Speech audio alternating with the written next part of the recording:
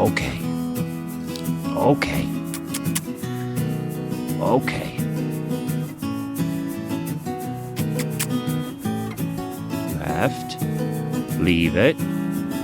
Left. Leave it. Good boy. That's a good pup. Okay. Be a good boy. Easy.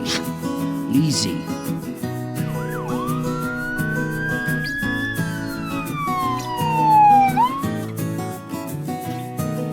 Hi everybody, before we jump into the travel video, I have a giveaway for all of you. We have a SUNGLIFE AM/FM weather band radio. This thing is solar powered. It also has a hand crank. It can recharge the battery. It has a lithium battery contained within it. So you're going to get a brand new in the box sealed unit. I've been using mine. I put it out when I'm working on the truck outside. Excellent little companion radio to have. Never have to worry about the battery. Always get it charged up. It also has a reading light. So if you want to be entered, down in the comments, use the word SUNGLIFE, SUNGLIFE. So within your comment, just throw that word in there. We're going to be doing the giveaway on May 1st. And on May 2nd, I'll post a video announcing the winner. So thank you everyone for entering, and let's watch this travel video. Good morning everyone. We're waking up early this morning. We're traveling today. He was excited about it when I told him yesterday, but he doesn't look too excited now. So I'm waiting for it to get a little bit lighter, but no, I think it's go time. Oh yeah, we got some light out there. So really all we got to do is roll up the carpet, button down everything inside the truck, and then we're going to head out of here.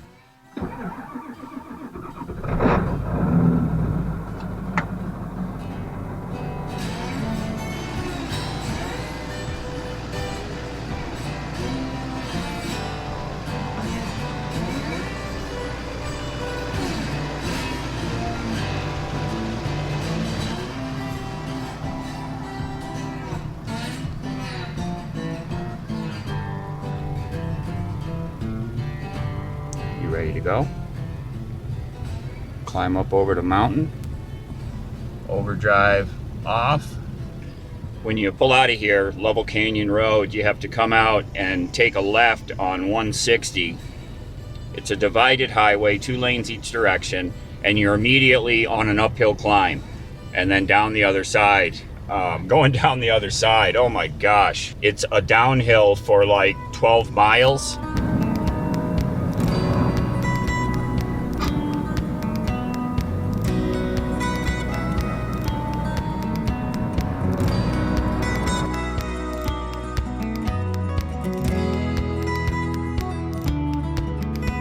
Look at this guy up here on the left. He had a bad morning. It's like 7 a.m. Somehow he is high centered on this like 5-foot mound of dirt. I don't know if he was backing out of that spot and just went the wrong direction, but he's stuck there.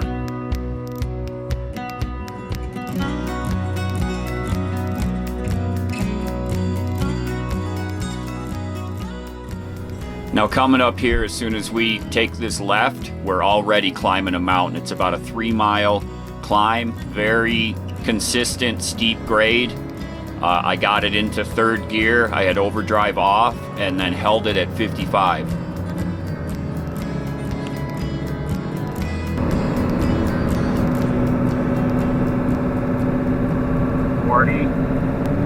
$45,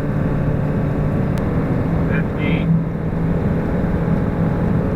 55. I'm going to hold it here.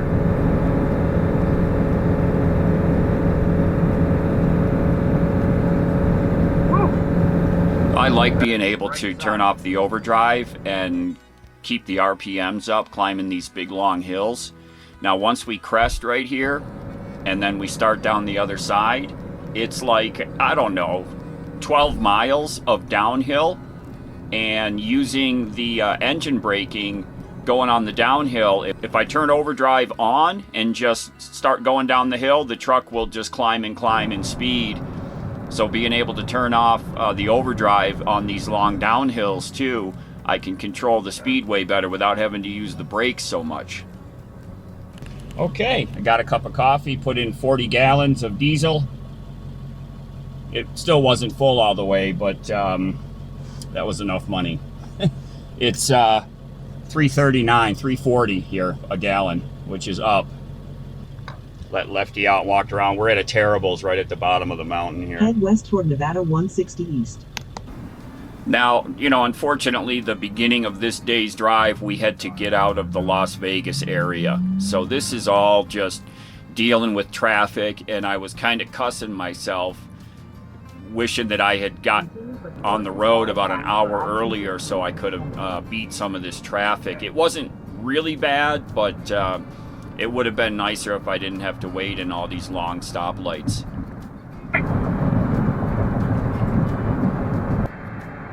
Now here we're finally breaking out of town. Anytime you see me passing a truck, that's a long uphill. Normally, like right here, I don't drive really fast. I typically go at the most 65, and out here the speed limit is 75. So when you see me pass somebody, it's on a long uphill and I'm passing trucks that are slowing down.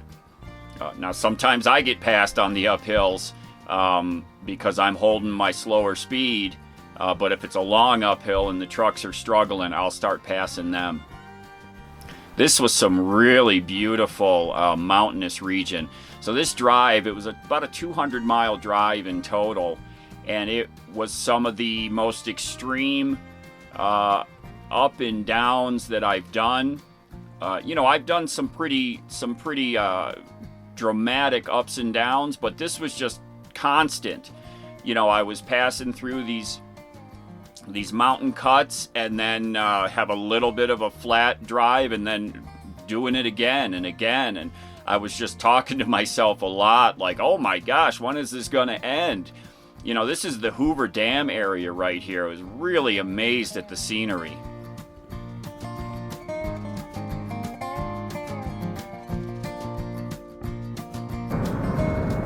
Wow. Wow. I'm sorry, I can't get the camera out here fast enough. Continue on US Holy cripes. 7 miles.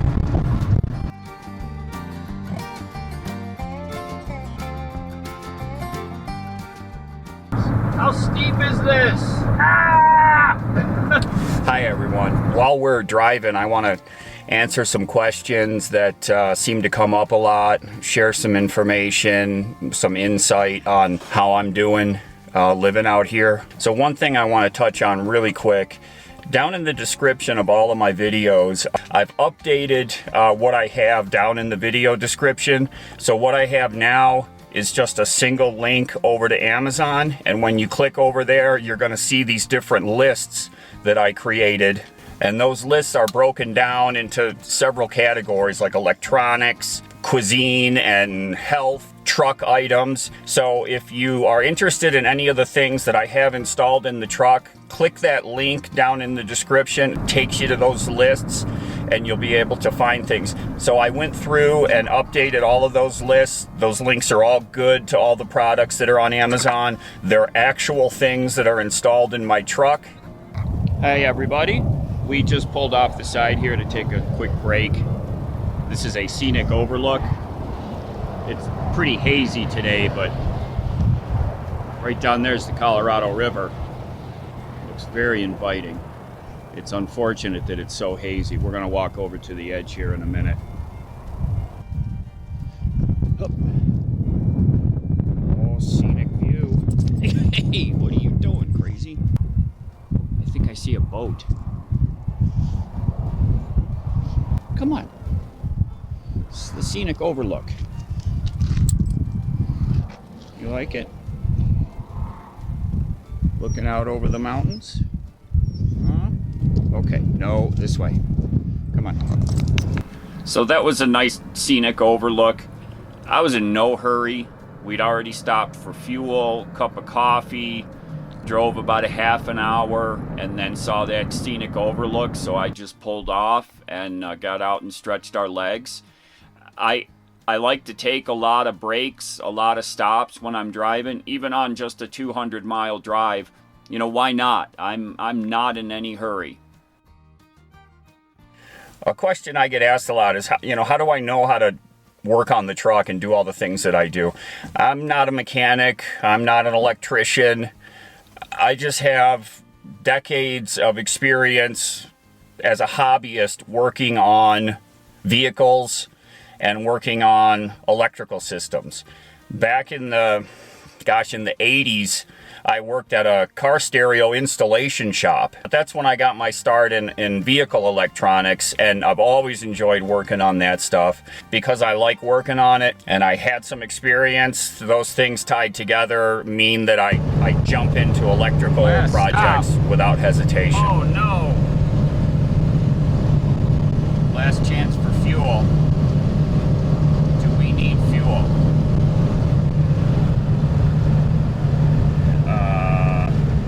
No. We've got a full tank, which will take us, let's say, 750 miles. So we can go 750 miles before stopping. Oh, that's a monster fuel up station too. Wow, that's a big one. The Campulance, man. Bam! 193 videos. Holy smokes. Who is this awesome guy?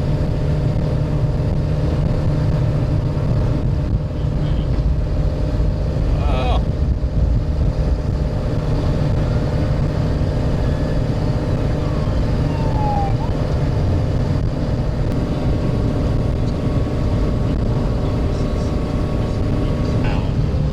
There's a big cut right here. You hear somebody you know? Is that confusing? And then we've got... I'm sorry. I'll turn that off. I know you want to watch it, but I'll turn it off. So that was the last chance fuel stop there. And, I looked down at the fuel gauge on the truck. So I'm probably at like 50 or 55 gallons on board. And at an average of 13.5 miles per gallon, do the math. We don't have to stop for a long time. So whenever I see those... last chance for gas or next service area in 100 miles, I kind of laugh because we've got so much distance we can travel. When I travel from this side of the country back to New York to visit family, I start with a full tank and I make 2 fuel stops.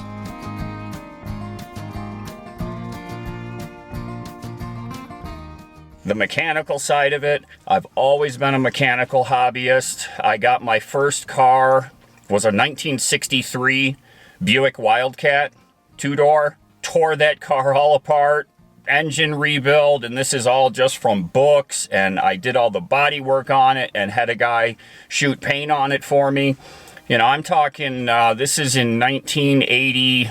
83. That's when I got my start mechanically. Before that I had mini bikes and go-karts and dirt bikes, and so all of that, I've always had an interest in mechanical. So interesting enough, we're not on an interstate right now. This is a Arizona route. I'm not sure which one it was, but we came into a town here. And, it kind of reminded me that I wasn't on an interstate. It's actually a surface road. And we got into some traffic here, which was kind of odd because we're way out. I don't even know what town this was. If you know what town this is, put it down in the comments. But we had to pull up here and make a left and get on an interstate coming up here soon. So it was a little bit of a drag to get stuck in this traffic. It was a long line at the stoplight, and this one person was letting somebody pull out of the truck stop and caused all of us to have to sit through a whole nother stoplight round. So I was speaking my mind to them, but I'm not going to let you hear what I was saying.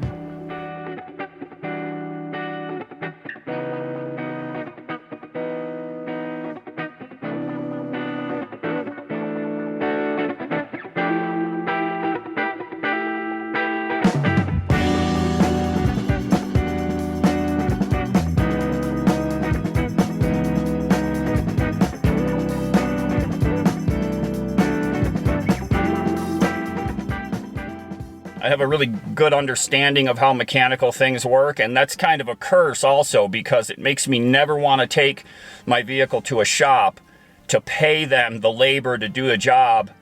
And it's a job that I understand how to do, and I know it's just take this thing apart and put a new one on, and they charge crazy amounts of money for labor.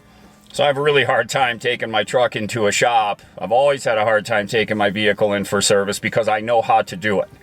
So that's how I'm able to work on the truck, electrical systems, mechanical systems, just as a hobbyist, and I like doing it. And that added together with the fact that I'm cheap, I don't want to pay somebody else to do stuff. That's why I'm always working on the truck. I really enjoy doing it, and I don't want to pay somebody else to do it. I miss out on all the fun.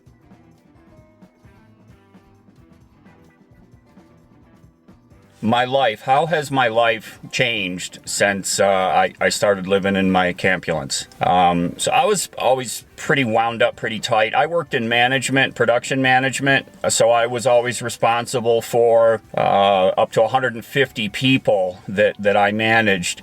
You know, production output, human resources.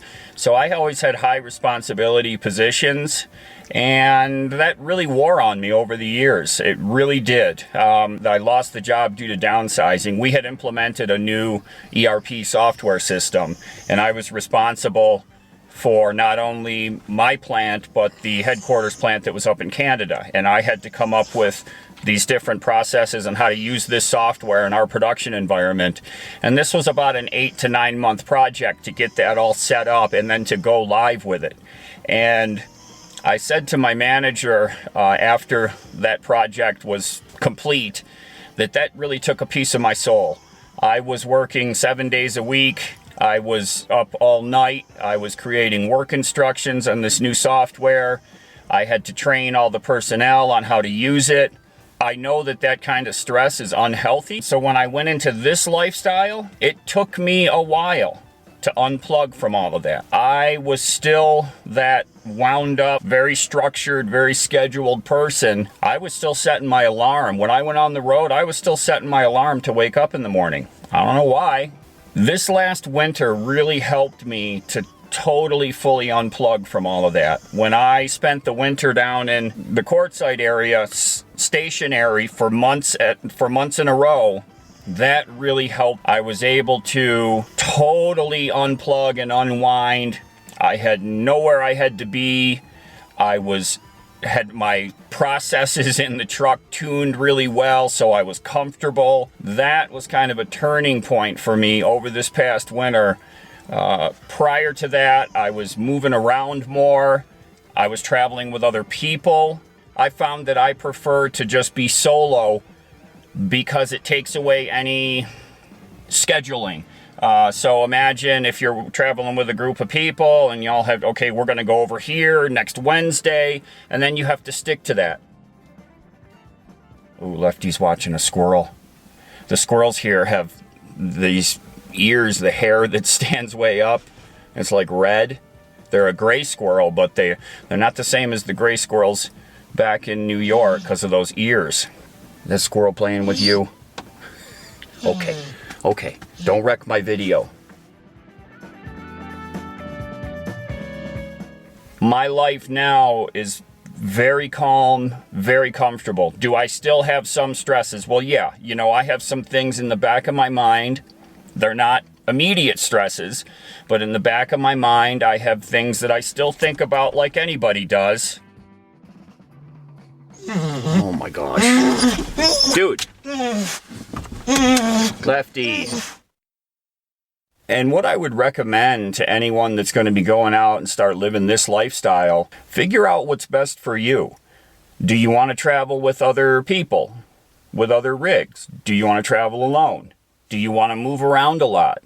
Do you want to be stationary? The difference between living out here full time and people that just take vacations, it's an immense difference. People that take a vacation are packing as much excitement and scenery and activity into a small period of time. So don't think that that's what you are going to do or need to do.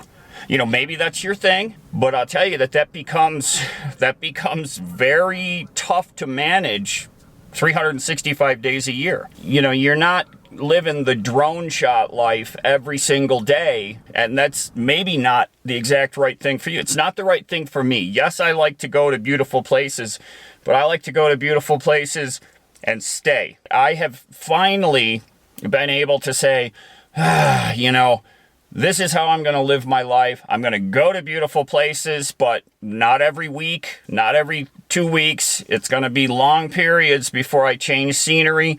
I move with the weather. You know, I've learned that, to move with the weather and find a place and then stay there. 14 days is a minimum I would want to stay someplace. You know, you get to a location, you have to build up your infrastructure. Where do you get your water? Where do you dump your trash? Pick your groceries, all of that stuff. And then once you get all that figured out, if you're up and moving, it's great that once you come to a location and dial in all that stuff, then you can get comfortable and settle down. My life is very comfortable. I'm not going to say 100% stress-free, but very close to stress-free. Do I have nights that I wake up in the middle of the night thinking about something? Every once in a while. Not like I used to back when I was living in my house. That was pretty frequent.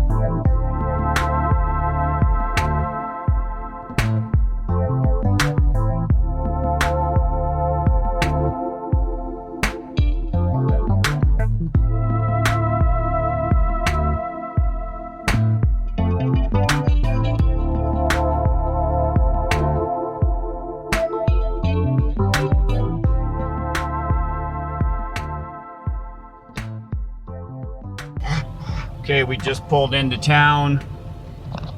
Gonna go inside to Safeway and pick up some groceries, some good foods. I'm hungry. So it's just before noon. The temperature feels so good here. It's nice and cool out. I'm just letting it cool down a little bit. I read in the owner's manual that if you are driving like using max power, then you should let it cool from 7 to 10 minutes. So I'm just letting it run here and cool down a little. Almost the whole drive I had that code P1211, which is the injection control pressure higher or lower than desired. I gotta get that sensor changed and see what happens after I change that sensor. All right, I'm gonna go in and do some shopping. Lefty will watch the truck for me. So here you can get a little bit of a look at the town. You can see how some of these, the signage and such is really reminiscent of the old Route 66. So great little town. It's got an odd traffic setup. Going down the main drag here, they've got it one way. And then if you want to go the other direction, you have to go 1 block over. And I can understand why they did that, just to keep traffic moving. So we're gonna skip out of town here and head up the hills. There's a reservoir there on the right. Lefty was in the window just going nuts. I'm sure he recognizes the smells from last year, and he might even remember. He got up in the window when he saw that water. I think he remembers it from last year.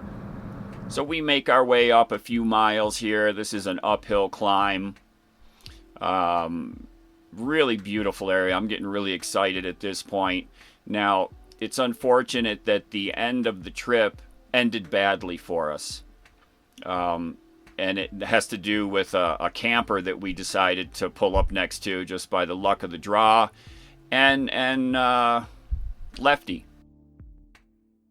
A lot of you love Lefty. I love Lefty. He's I don't know if I'd be out here doing what I'm doing if I didn't have him with me. Honestly, he gives me a reason to get up and go in a lot of days. He keeps me busy. You know, we walk at least 2 times a day. My schedule, my daily schedule right now is built around taking care of Lefty. So Lefty is about 8 years old now. He's getting up there. This breed, I believe he's an American Staffordshire Terrier. When you look that dog up on Google, the picture looks just like him. I got him from a shelter back in Rochester. He was about, they said a year, but they only did it like 6 months, 1 year, 1.5 years. So they said a year, but I think he was about 8 or 9 months when I got him. And, you know, to me, because I see him every day, he hasn't really changed. But when I look back at the pictures of him from when I first got him, he looks very puppyish. His nose was, you know, pink with black dots. Now it's black with a little bit of pink around the edges. So the freckles and the spots he has on him have really increased as he's gotten older. I don't know, you know, I'm guessing that's a normal thing. He doesn't have any kind of skin issues or anything like that. But because he is a pink skin dog, the sun is a concern for him. Now, last year, right at this exact same time in April last year when I was up in Utah, is when he got that problem with his eyes. So I keep his eyes as clean as I can around the outside of his eyes. I noticed in Nevada, I was starting to see from the sun in the digging in the dirt again, almost same kind of environment as it was in Utah. So he was starting to have the exact same problem, but this time I was able to stop it.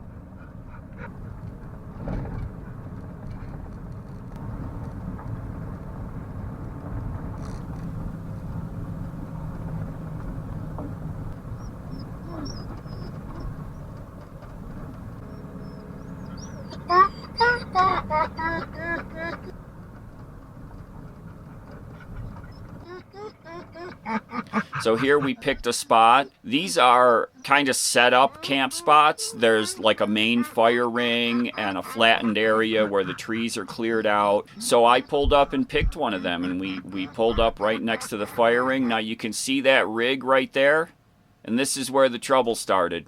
So her dog was off leash and decided to come running over to us. She couldn't gain control of it. And then here is where everything goes wrong, and she starts yelling at me.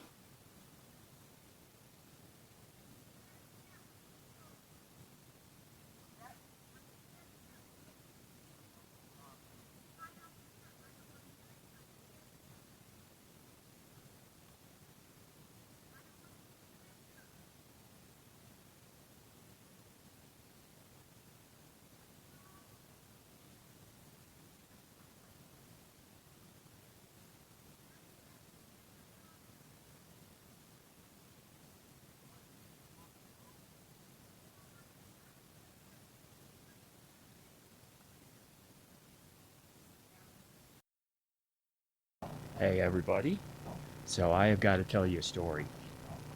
So we just pulled up to the camp here. We've been here before, so I know the basic layout of this place. As we came down the road here, some of the spots are just too wet. You can't pull up into them, or I don't want to tempt fate and pull up into them because they're too wet. So we found this location right here. We're kind of in between a tow behind rig over there and a Class C, little mini Class C over there. So we pulled up here. Lefty was just going ballistic. You know, we went into town, grocery shopped. He was going nuts. I know it smells great up here. And plus he recognizes it too. He's been here before. So we pulled up in here and I got Lefty out of the truck on his leash, you know. And this woman of this Class C over here, all of a sudden she's screaming at me. She's saying that she doesn't like pit bulls. She doesn't want to see it. She doesn't want it near her. Now, mind you, we're right next to my truck, and that's got to be 100 feet at least. Thing is, she had her dog out running around off leash, and her dog started coming over here to see Lefty. And she's screaming at her dog. The dog's ignoring her. Then finally the dog turns around and runs back to her, and she starts yelling at me, "Are you gonna stay long?" I said, I don't know yet. She goes, "I don't like pit bulls, I don't want it near me." And I said, "Well, ma'am, he's a Staffordshire Terrier. That's the same damn thing. I do not want that dog. I don't want to see it." And she goes, "That's the reason I came over here, so I can let my dog run off the leash." And so, now I'm just pissed, right? Because when you come out into these locations, you're not paying for the privilege of being able to have your dog off leash, okay? This is public land. Anybody can pull up and park anywhere they want to, right? So she's a crazy lady. I've been traveling almost 2 years. I've been to so many different states, so many different camping locations. I have never had somebody talk to me like that before. She's nuts. Lefty and I just walked. We went up this way first, up the road, and then we went all the way back down here, up the other side of the water, up the hill over there, trying to find a better spot. This spot here is great. It's dry enough to drive on. It's nestled right up into the trees. It's got plenty of overhead clearance for the solar panels. Perfect spot, right? I'm not going to stay here. Not because she doesn't want me to, it's because I don't want to be next to somebody that's got that kind of vibe coming off. Next thing I know, she's going to come over and put poison in Lefty's water bowl, right? She's that kind of bonkers. I'll guarantee it, she's that kind of bonkers. So I just found a place. There's some schoolies over here. We're going to go up farther past them, up at the bottom of the hill up there, and see if we can't get a quieter spot. But she ruined, this was a great spot right here. And there's other spots on the other side of her, but she's going to bitch about them too. So basically she wants the rights to this whole area. And I'm well within my rights and all that to just stay right here, but I don't want her nastiness kind of on my mind every time I come out my door and see her over there. So I should tell her that I've decided to stay 2 months. Maybe she'll leave.